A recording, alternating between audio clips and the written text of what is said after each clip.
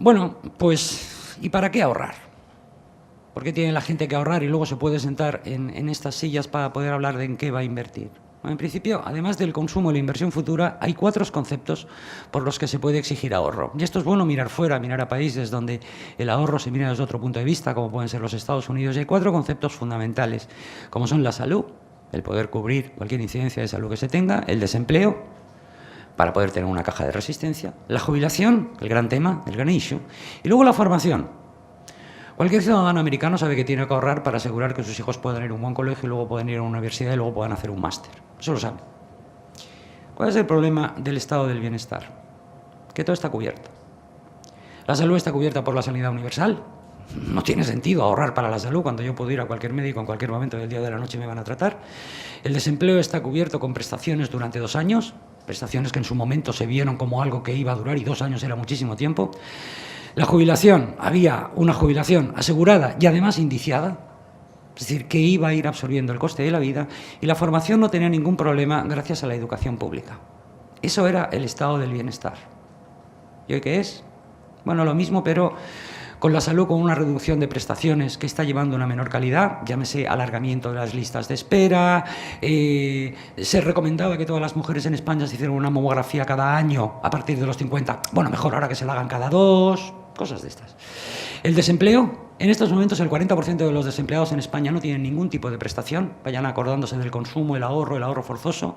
La jubilación, el modelo está totalmente en crisis, y la formación. Con el aumento de tasas y la reducción de becas y ayudas, la educación universal empieza a ser problemática. Hoy en Madrid, en la universidad, tenían un follón bastante grande y se supone que, creo que durante esta semana habrá una huelga general de la educación. El estado del bienestar va a cambiar y va a cambiar mucho. Hasta el rey de Holanda lo ha dicho en voz alta. No volveremos otra vez al sitio donde estábamos. Pero eso en un entorno muy peculiar. En la última encuesta que hemos realizado en ESPA, y me refiero solo a los datos de Cataluña, el 10% de las familias en Cataluña no sabe qué gasta, y solo el 10% de las familias en Cataluña, sabe qué gasta y en qué lo gasta. Esto puede parecer una tontería, pero si yo no sé en qué gasto, difícilmente luego voy a poder empezar a recortar.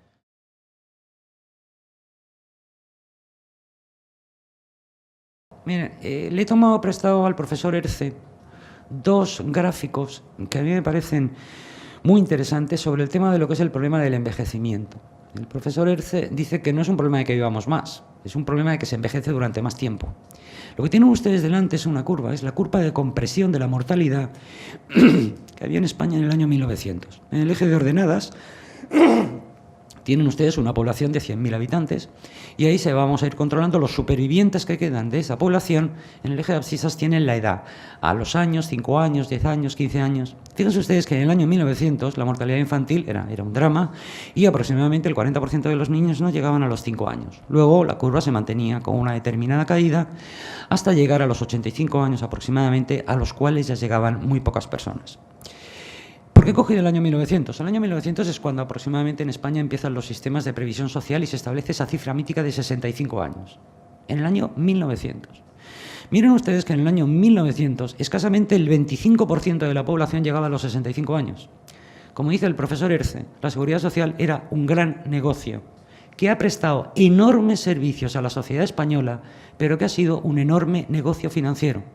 Teniendo en cuenta que la gente empezaba a trabajar a los 14 años. Claro, llegaban a los 65 auténticamente machacados. Y lo que había que cubrir era solo esa parte inferior entre los 65 y los 80 años. Eran muchos años entre los 14 y los 65, recogiendo fondos para luego tener que dar una cobertura muy pequeña. Seguimos en los 65 años, bueno, ahora en 65 años ya y 4 meses.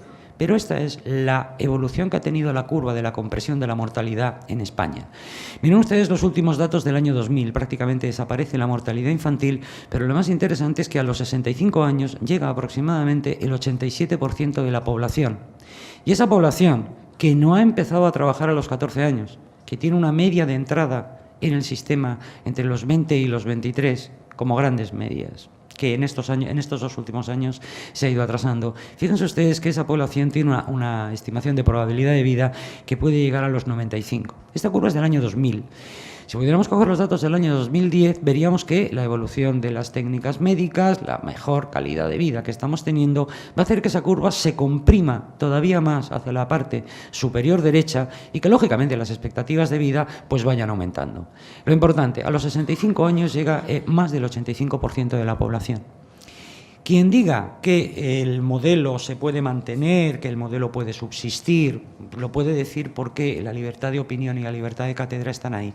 Pero como ustedes comprenderán, solo viendo este gráfico nos damos cuenta de que si la gente empieza a trabajar a los 23 años y se jubila de media en España a los 61, por la famosa historia de las jubilaciones anticipadas, le estamos diciendo a esa persona que el Estado o las aportaciones de los demás van a tener que estar cubriendo casi durante 25 o 30 años las rentas que tienen. Eso es insoportable desde el punto de vista del ahorro y sobre todo desde el punto de vista de que